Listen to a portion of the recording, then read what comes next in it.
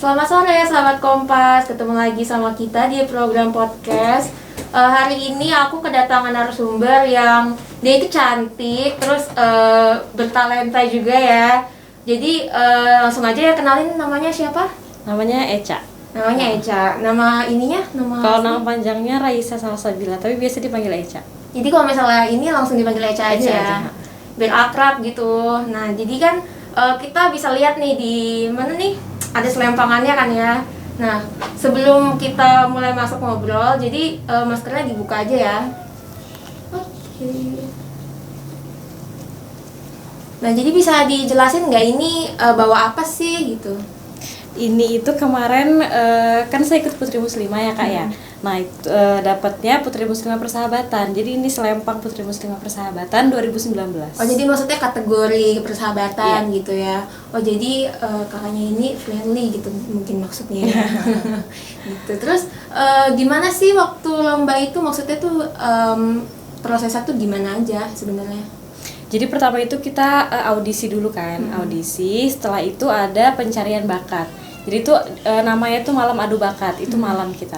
Setelah itu setelah malam adu bakat ada pertanyaan-pertanyaan gitu untuk menuju ke 6 besar. Setelah 6 besar dipilih 3 besar, baru di kuis lagi. Itu kayak pertanyaan di atas panggung gitu Kak, untuk mencari yang terbaik kan. Oh, gitu. Jadi 1 2 3 itu sebenarnya sudah pasti dapat kategorinya gitu, cuman berbeda-beda dia. Jadi dari 3 besar ini kemudian dipilih untuk yang menjadi juara 1 gitu. Oh, jadi sebenarnya kalau Kak Eca sendiri tuh dia masuknya tuh kategori doang apa juara 1 2 3? Saya masuk di kategori Oh, Putri gitu. Muslimah Persahabatan. Gitu. Jadi sebenarnya apa aja sih yang kenapa gitu, kalau kenapa sih Kak Eca itu bisa dapat Muslimah Persahabatan? Nah, kalau untuk alasan kenapa itu saya kurang tahu, karena kan itu yang menentukan adalah juri-juri ya. Cuman kalau dikasih sedikit bocoran dari teman-teman itu Putri Muslimah Persahabatan itu dia kayak inisiatifnya itu tinggi, membantu teman gitu. Terus care, cepat peduli gitu-gitu sih. Oh, berarti maksudnya tuh sesama orang lain itu peduli, terus lebih peka juga berarti ya. Nah, itu mungkin berarti keunggulannya dari Kak Eca ya teman-teman. Nah, terus aku nih pengen nanya nih, kan sebagai Putri Muslimah tuh sebenarnya menurutnya Kak Eca itu Putri Muslimah itu tuh apa sih gitu? Kenapa bisa ada gelar tuh Putri Muslimah gitu? Menurut Kak Eca itu gimana? Sebenarnya Putri Muslimah itu sesosok perempuan yang bisa menjadi panutan gitu. Misal dia harus memberikan contoh yang baik, contohnya seperti berhijab, menutup aurat. Tentunya tidak bisa hanya dilihat dari luar saja, tetapi kita harus memancarkan aura-aura gitu. Kayak harus memiliki jiwa-jiwa positif gitu, kayak yang bisa memberikan manfaat kepada banyak orang gitu. Berarti maksudnya tuh implementasinya tuh nyata gitu ya, ada actionnya gitu. Nah, kalau waktu lomba nih Kak, implementasinya tuh maksudnya tuh action apa aja sih yang diberikan ke orang-orang? Kalau pas itu kita itu kebetulan ketika sedang dari audisi menuju grand final itu kita ada kayak rame-rame gitu memungut sampah. Terus kita ada itu kan ketika itu banjir ya Kak. Nah, terus itu bantuan ke panti sosial yang untuk orang tua itu, yang lansia, ya? Yang di remaja. Berarti Kak Eca ini termasuk orang yang jiwa sosialnya itu tinggi. Terus karena dari gelar persahabatannya itu kita bisa lihat nih di sini, maksudnya perempuan itu walaupun banyak, maksudnya tuh Kak Eca kan di sini ikut audisi ya. Nah, banyak kan di luar sana perempuan-perempuan itu maksudnya dia tuh muslimah, dia tetap keren gitu kan. Nah, menurut Kak Eca nih, perempuan seperti apa sih yang Kak Eca tuh anut gitu sebagai figur yang baik? Menurut Kak Eca itu seperti apa? Perempuan yang seperti apa? Kalau menurut saya perempuan yang paling baik itu saya mencontoh ibu saya. Karena beliau ini aktif di organisasi di luar rumah, tetapi tidak lupa kewajibannya sebagai ibu rumah tangga. Misalnya beliau mempunyai rapat atau agenda di luar rumah. pastinya beliau menyelesaikan tugas rumahnya dulu, seperti misalnya memasak atau ya menyelesaikan kewajibannya sebagai seorang ibu, baru kemudian melakukan tugasnya di luar gitu Kak. Tapi tidak apa ya, tidak mengecilkan kemungkinan untuk berkembang gitu Kak. Jadi dari ibu sendiri juga mendukung Kak Eca ya sebenarnya. Nah, maksudnya tuh kan tadi kan ibunya tuh berarti mendorong Kak Eca buat ya ayo lo kita bergerak gitu kan. Nah, contoh apa aja sih yang ibunya Kak Eca tuh kasih ke Kak Eca sampai Kak Eca tuh sampai jadi sekarang gitu. Contohnya ini ketika saya menuju malam adu bakat. Jadi kan itu kita diberikan keleluasaan untuk menunjukkan bakat apa saja yang kita punyai. Nah, itu saya ingin menampilkan bakat menari Kak. Nah, pada saat itu saya menampilkan tarian belang hata. Nah, itu saya diberikan guru les gitu untuk belajar menari tari belang hata khususnya yang akan ditampilkan pada malam adu bakat itu, difasilitasi gitu ibaratnya oleh ibu saya. Alhamdulillahnya orang tua saya mendukung dengan support yang sangat amat. Jadinya saya juga kayak senang, terus bersemangat aja gitu untuk saya pasti bisa gitu. Iya, apalagi dukungan orang tua itu yang paling besar mempengaruhi kita ya semangatnya. Nah kan maksudnya ini role player, berarti role playernya Kak Eca itu adalah seorang ibunya ya. Nah, ada nggak sih public figure yang lain, misalnya artis atau siapa gitu? Ada nggak? Kalau artis siapa ya? Bisa siapa aja sih yang menurut Kak Eca tuh semangatnya tinggi, terus dia pintar, yang menginspirasi Kak Eca sendiri. Okky Stiana Dewi sih kalau saya. Kenapa tuh? Karena dia maksudnya dia seorang muslimah yang taat agama, taat juga kepada suaminya kan, misalnya kita lihat dari sosial medianya seperti itu. Tapi dia berkembang juga di bidang fashion, berkembang di bidang lain-lain, berkembang gitu kan. Jadi itu maksudnya salah satu orang atau ada lagi, boleh disebutin kok. Mungkin Okky Stiana Dewi sih ya. Berarti dia yang paling menginspirasi Kak Eca ya dalam dunianya buat berekspresi, karena kan sebenarnya kita nih butuh orang yang kita contohkan ya, karena itu juga salah satu pendorong kita buat mencapai apa yang kita pengen gitu. Nah, kalau boleh pakai ke pertanyaan yang ke level selanjutnya nih, menurut Kak Eca, kan tadi kan kita ngomongin putri muslimah ya. Nah, kita ke umumnya aja, perempuan itu menurut Kak Eca seperti apa? Perempuan itu menurut saya adalah sesosok yang tidak hanya memiliki peran di kasur, sumur, dan dapur, tetapi kita harus berkembang. Jadi kita tuh kebanyakan orang tuh meremehkan perempuan Kak. Masa sih perempuan bisa kayak gini, masa sih perempuan bisa seperti ini gitu. Jadi dari situlah kita harus membuktikan bahwa perempuan tuh sebenarnya bisa dan tidak seperti yang mereka katakan gitu. Berarti Kak Eca pernah digituin sama orang, maksudnya di underestimate sama orang gitu, pernah nggak sih? Kalau awalnya ikut Putri Muslimah ini saya masa sih bisa, diri saya sendiri pun gitu Kak awalnya. Jadi saya mengikuti Putri Muslimah ini sebenarnya untuk keluar dari zona nyaman gitu. Saya itu ingin mencari tahu, bisa nggak sih sebenarnya saya ini tampil di depan orang. Kan itu pada saat final dan malam adu bakat tampilnya di Big Mall ya Kak ya. Nah itu dengan ratusan orang yang menonton, sebenarnya saya ini pede nggak sih, saya ini bisa nggak sih. Ternyata kalau kita nggak mencoba, kita nggak bakal tahu. Nah dari situ saya tahu, bahwa saya bisa, saya mampu gitu mengatasi ketakutan saya sendiri. Berarti salah satu caranya yaitu men-challenge diri sendiri sebenarnya ya. Maksudnya mencoba hal-hal baru, terus memberanikan diri juga termasuk ya. Terus apalagi nih, kan perempuan itu kan banyak maksudnya banyak jalannya ya. Ada yang menjadi ibu rumah tangga, ada yang hanya mengurus anak, ada yang juga memilih untuk tidak menikah, terus ada juga memilih untuk fokus untuk berkarir. Nah, menurut Kak Eca sendiri tuh pengelompokan perempuan-perempuan yang seperti itu tuh menurut Kak Eca gimana?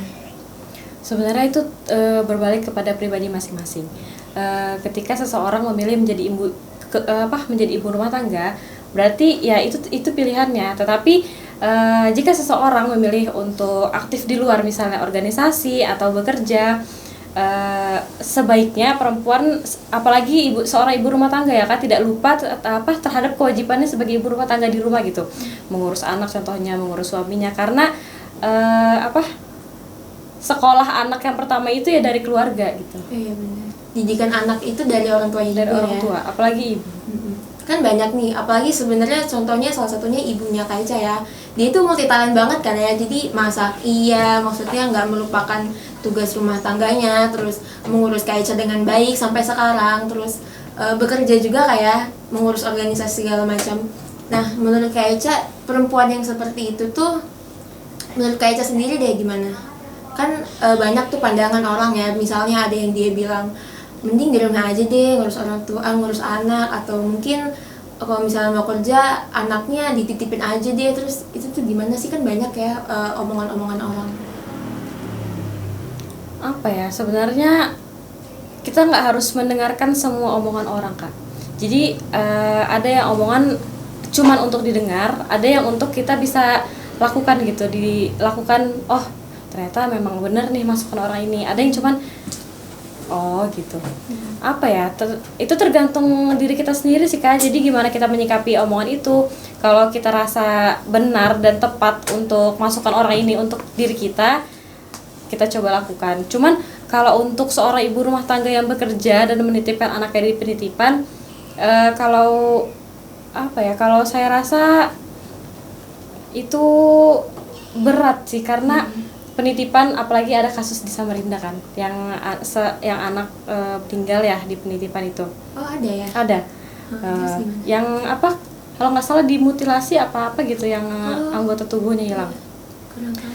Terus itu sih itu kan pemantauan orang tuanya kurang ya Kak ya. Itu ibaratnya kita mempercayakan kepada penitipan, sementara kita nggak tahu di penitipan itu seperti apa gitu.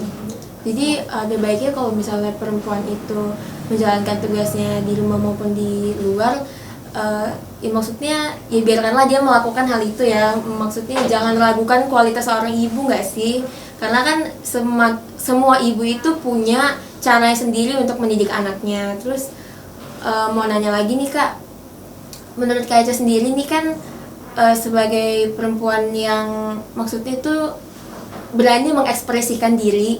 Nah, tanggapan Kak Eca tuh tentang perempuan yang masih menahan dirinya tuh buat berekspresi. Dia tuh kayak takut diomongin sama orang, dia takut misalnya nih perempuan, dia itu pengen ngedance tapi dia takut diomongin sama orang gitu. Nah, menurut Kak Eca tuh gimana sih cara perempuan itu mengatasi rasa insecure-nya gitu?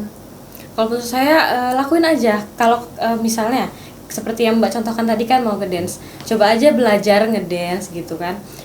Atau berkumpul sama komunitas-komunitas dance gitu. Coba aja, karena kita nggak bakal tahu nih sebenarnya kita mampu, terus kita berani nggak gini untuk tampil di depan orang untuk ngedance gitu. Kalau kita nggak mencoba kan kita nggak bakal tahu ya Kak ya gitu. Jadi harus dilawan rasa insecure-nya itu, karena saya awalnya juga takut Kak, insecure kayak apa seperti yang saya bilang tadi. Saya punya ketakutan untuk tampil di depan umum, apalagi di depan orang banyak gitu. Ternyata saya bisa mengatasi itu. Harus dilawan lah ya, apalagi dukungan orang lain itu sangat berpengaruh, apalagi kalau misalnya memang jauh dari orang tua, bisa dari teman ya kan. Jadi ini reminder juga sih buat kita perempuan untuk mensupport satu sama lain kan ya. Jadi karena kan setiap orang punya rasa insecure masing-masing ya. Nah, kalau di lingkungannya Kak Eca nih, gimana sih lingkungannya Kak Eca itu mendukung Kak Eca sendiri? Kalau untuk lingkungan saya sendiri, alhamdulillah sih saya punya sahabat-sahabat yang cukup mendukung Kak. Jadi ketika saya Putri Muslimah kemarin kan itu ada SMS polling ya. Nah itu teman-teman saya cukup mensupport sih, keluarga besar juga cukup mensupport, alhamdulillah. Berarti itu salah satu bentuk kita ini mengapresiasi apa yang teman kita lakukan. Itu harus ya, penting, penting banget. Kalau misalnya teman lagi seneng, kita senang. Kalau misalnya teman lagi susah, kita bakal bantu. Bener banget. Terus kan sebentar lagi Kartini kan ya.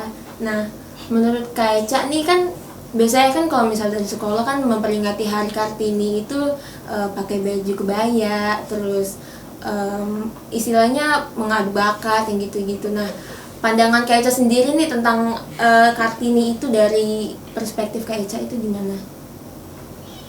Kartini itu Ibu Kartini ya, bisa kita bilang sosok panutan sih, keren banget. Bisa kita lihat dari sejarahnya itu Mungkin teman-teman bisa baca-baca kembali ketika Hari Kartini untuk apa ya, mengenang, untuk mengingat ini loh perjuangan Ibu Kartini gitu. Yang bisa membawa perempuan ya pada saat sekarang ini, pada masa ini gitu kan. Nah kan menurut Keca nih gimana sih kita mengapresiasi kesungguhannya Ibu Kartini gitu loh kan, karena kalau bukan karena Ibu Kartini siapa lagi kan ya. Nah cara kita sendiri buat mengapresiasi usaha itu tuh bagaimana? Apalagi sekarang kan banyak sebenarnya caranya ya. Itu sih bisa kita lihat misalnya contohnya kayak di media sosial ya Kak ya. Sekarang ini banyak perempuan yang menjatuhkan sesama perempuan gitu. Kenapa sih nggak woman support woman gitu? Kita kan nggak tahu nih sebenarnya dia ini gimana. Kita hanya melihat dia misal melakukan suatu kesalahan di yang dia lakukan di media sosial. Tapi sebenarnya kita nggak tahu nih dia ini sebenarnya di dunia nyata ini seperti apa. Yang kita lihat hanya di media sosial. Dan di situ kita langsung bisa menjudge, oh dia ini kayak gini, dia ini kayak gini gitu. Kenapa sih kita nggak ambil sisi positifnya, terus kita woman support woman gitu? Berarti mendukung sesama perempuan ya itu penting banget karena sebenarnya banyak banget perempuan yang cukup pedes ya omongannya yang menyakiti perempuan lain gitu. Kayaknya itu sih salah satu cara buat kita mensupport ya. Jadi jangan sembarangan ngomong, terus jangan menjatuhkan juga, ya nggak sih? Nah, kalau dari pengalaman Keca sendiri pernah nggak sih digituin sesama perempuan? Maksudnya ini biar pengingat juga ya buat kita supaya tidak melakukan hal itu lagi gitu. Kalau untuk perempuan kayaknya pasti pernah ya Kak, semua orang kayak diomongin, ih kok kamu gini banget, kok kamu gini banget gitu. Cuman ya udah, saya nggak ambil pusing gitu. Misalnya ada orang di belakang ngomongin saya, berarti saya menganggap diri saya satu langkah di depan dia. Buktinya saya dia itu iri gitu. Tanggapannya berarti dia iri ya ngomongin kita gitu ya. Kan banyak nih perempuan di luar sana itu yang masih kurang pemahamannya tentang gimana sih cara perempuan itu bergerak gitu. Apalagi kan dari mana sih, dari kultur kita juga sih sebenarnya kayak kamu itu jadi perempuan harusnya jadi istri aja yang gitu-gitu. Nah tanggapannya kayak Chen ini gimana tentang hal-hal yang sebenarnya itu pikiran zaman dulu banget ya kayak gitu. Tanggapannya itu gimana sih? Perempuan sekarang ini apalagi wanita-wanita sekarang ini keren banget gitu. Bisa kita lihat sebenarnya perempuan ini nggak cuman bisa di rumah gitu, di pekerjaan dia bisa keren, apalagi kayak di bidang fashion ya kan Kak, make up gitu-gitu. Kita ini bisa berkembang sebenarnya, cuman mungkin kurangnya dukungan dari orang-orang terdekat, misalnya seperti yang sudah menikah, suami, keluarga gitu sih Kak. Karena perempuan ini butuh dorongan sebenarnya. Kita tuh agak kurang berani untuk mengeksplor diri kita karena banyaknya tekanan-tekanan dari luar kayak perempuan bisa nggak ya kayak gini gitu. Perempuan doang iya, gitu kan apalagi banyak yang di lingkungan kerja, apalagi kayak perempuan tuh harusnya kayak gini doang, harusnya begini doang, nggak mesti ngerjain pekerjaan cowok, kan banyak tuh yang kayak gitu. Nah tanggapan terakhir nih untuk Kak Eca, kan kita kan sebentar lagi Hari Kartini ya. Nah tanggapan Kak Eca tentang perempuan yang sekarang ini lagi berjuang menghadapi stigma-stigma itu tuh apa? Untuk perempuan-perempuan di luar sana, pokoknya tetap lakukan yang terbaik, tunjukkan bahwa diri kamu itu baik, patahkan semua omongan-omongan yang tidak benar terhadap perempuan, buktikan bahwa perempuan itu bisa. Gitu ya. Oke, kalau gitu itu keren banget sih. Jadi omongan kita hari ini semoga bermanfaat buat kalian semua, dan untuk perempuan-perempuan di luar sana semoga nggak insecure lagi, terus tetap mengeksplor diri kalian terutama, karena sebaik-baiknya orang itu adalah dia yang menghargai dirinya sendiri. Jadi sampai jumpa nanti dan bye bye. Pakai lagi maskernya.